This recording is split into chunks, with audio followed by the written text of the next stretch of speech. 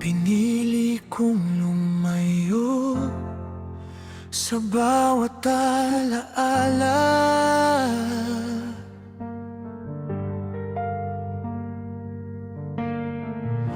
Unti-unting gumaan ang bigat ng paghinga.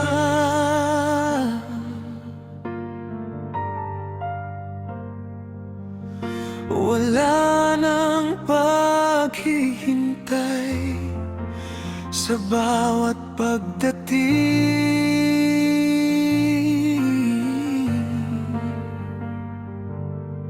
Wala nang tanong kung saan napapadpad ang hangin.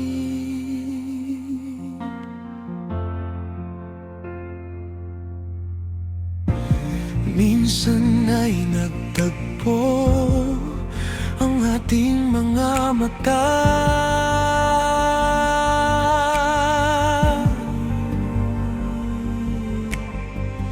Parang may kwentong gustong kumawala.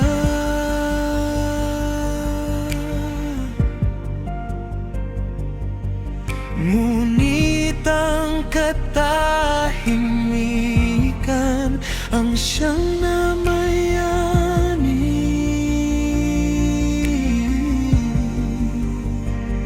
Dahil ang sugat ay ayaw nang maulit muli.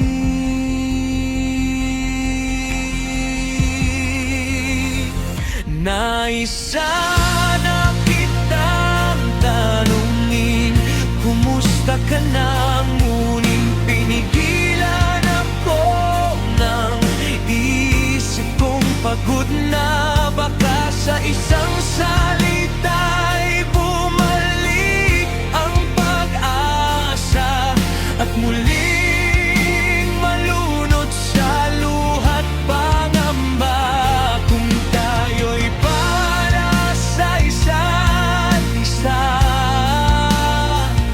ang panahon ang siyang gagawin.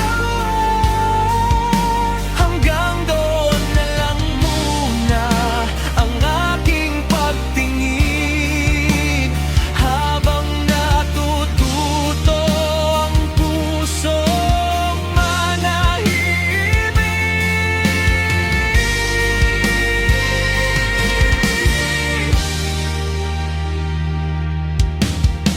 Tinanggap kong hindi kita maaaring pakuhin.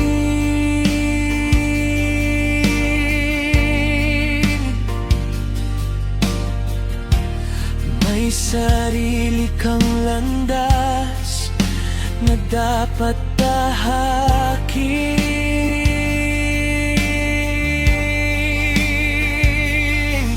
Kaya hinayaan kong lumipas ang sandali.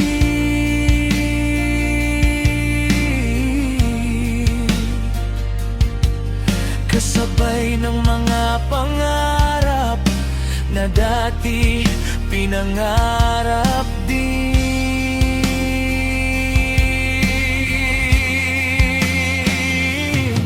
At sa gitna ng tahimik kong paglalakad, may bagong liwanag na unti-unting sumisikat.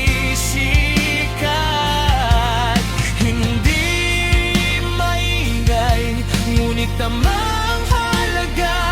Parang tahanang matagal ko nang hinahanap. Tahimik ang bawat araw, payapa ang paligid. Walang sigaw ng gulo, walang takot na kapalit sa payapang pagyakap ng bagong damdamin. Unti-unting natutong muling magmahal ang aking puso.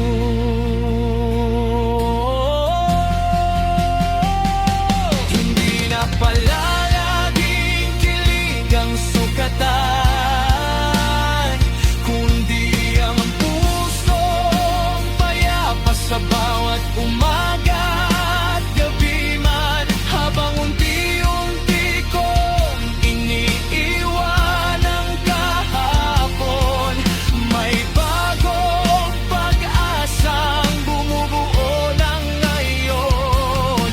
Hindi ko na alam kung sino ang hinihintay o maalang ibog na unti-unting sumasabay. Ang bawat sugat ay naging mahalagang aral na nagturo kung saan matatagpuan ang tunay na pagmamahal.